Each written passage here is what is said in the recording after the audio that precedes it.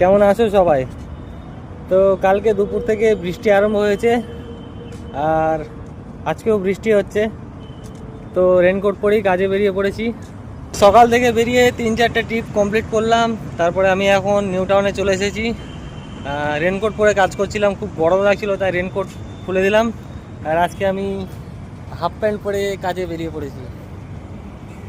তো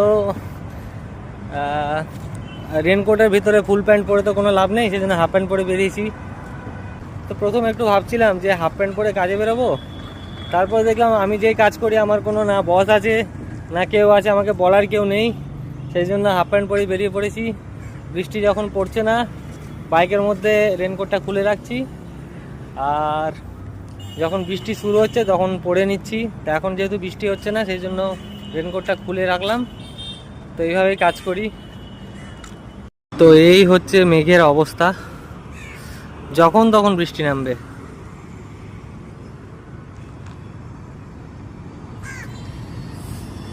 আমি এখন আছি সেন্ট্রাল মলের সামনে।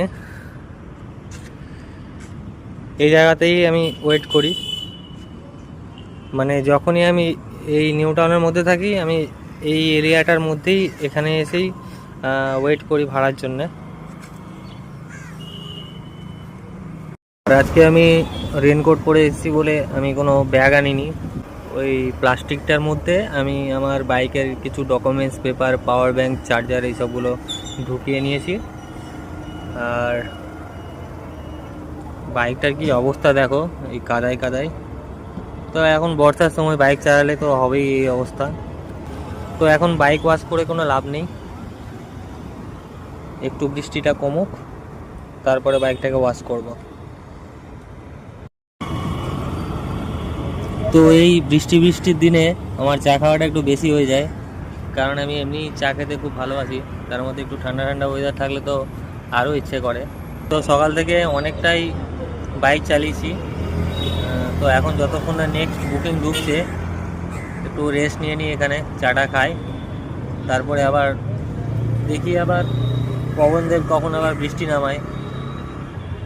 তো যদি বিকেলের মধ্যে তাড়াতাড়ি কাজটা উঠে যায় তাহলে তাড়াতাড়ি বাড়ি চলে যাব, কারণ এই বৃষ্টির দিনে ভালো লাগে না কাজ করতে বেশিক্ষণ।